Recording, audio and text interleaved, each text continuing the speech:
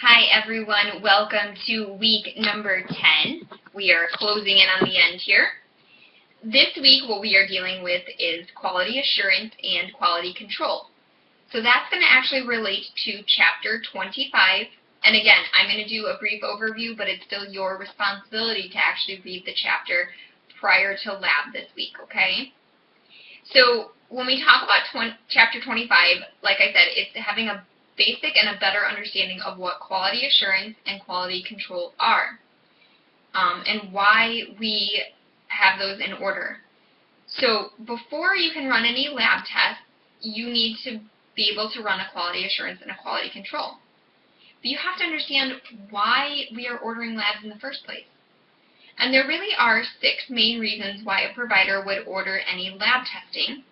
And those are to determine a baseline value, for legal purposes, to screen patients for pathological conditions, to confirm a clinical diagnosis or to obtain a differential diagnosis, and to assess treatment methods and patient progress. Okay? So now that you have an understanding of why we would do a lab, I want to take some time to discuss some lab regulations. So the most important and the first important amendment that we'll talk about, or regulation we will talk about, is CLIA, which is the Clinical Laboratory Improvement Act of 1988. Okay? This is really created to protect patients by creating safety policies and procedures. The amendment addresses the issues of quality assurance, quality control, record keeping, and qualifications of the personnel who are actually running the lab tests. Okay? It establishes standards to ensure test accuracy, reliability, and timeliness regardless of the type of test that is being completed. And the regulation consists of 4 sets of rules. So Rule 1 deals with laboratory standards. Rule 2 deals with user and application fees.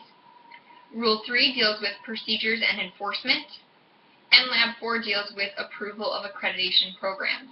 Now, all labs are required to register with CLIA in order to be considered a functioning laboratory. Another amendment that you need to be aware of is called COLA, which is the Commissions on Office Laboratory Accreditation Amendment. This was also established in 1998. But this is a private alternative to assist labs in complying with CLIA. This amendment is more focused on physician office laboratories, but it also includes community hospitals, medical facilities, and independent labs. So now that we have a better understanding of the regulations, we need to talk about the fundamentals, such as quality assurance and quality control. So quality control is really the procedures designed to ensure accuracy and precision of lab testing to discover and eliminate human error. Okay? Quality control is designed to monitor all aspects of lab procedures, including the specimen collection and processing, the test methodology, and reporting of test results. Okay? A good quality control will include lab procedure manuals that include all pertinent information about each test.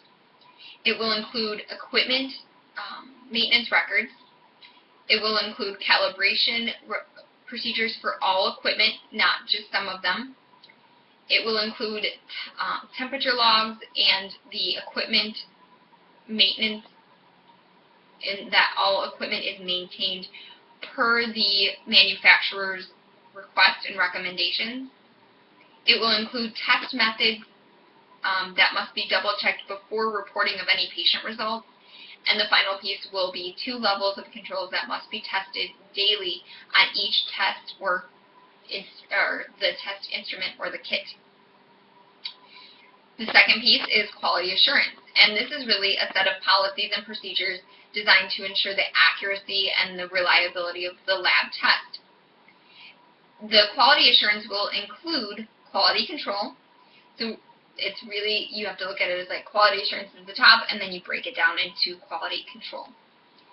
So quality assurance, again, includes quality control, orientation of the personnel that are running the tests, a documentation of control logs in the quality control log, the maintenance checks on all equipment and instruments, the required calibrations for all instruments and equipment. It includes the temperature logs and the checking of expiration dates on all test kits and reagents, and it also requires proficiency testing.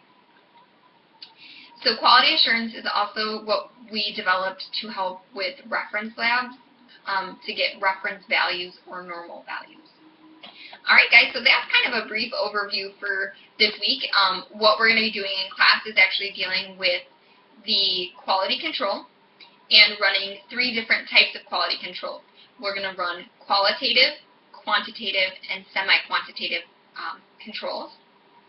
And this week will also be your 3rd and final quiz, and that quiz is going to deal with personal safety in the lab, but just like always, we're going to do our quiz review in class prior to actually having to take the test. Now, I know I've been really, really great to you guys the last few weeks about homework and not having any.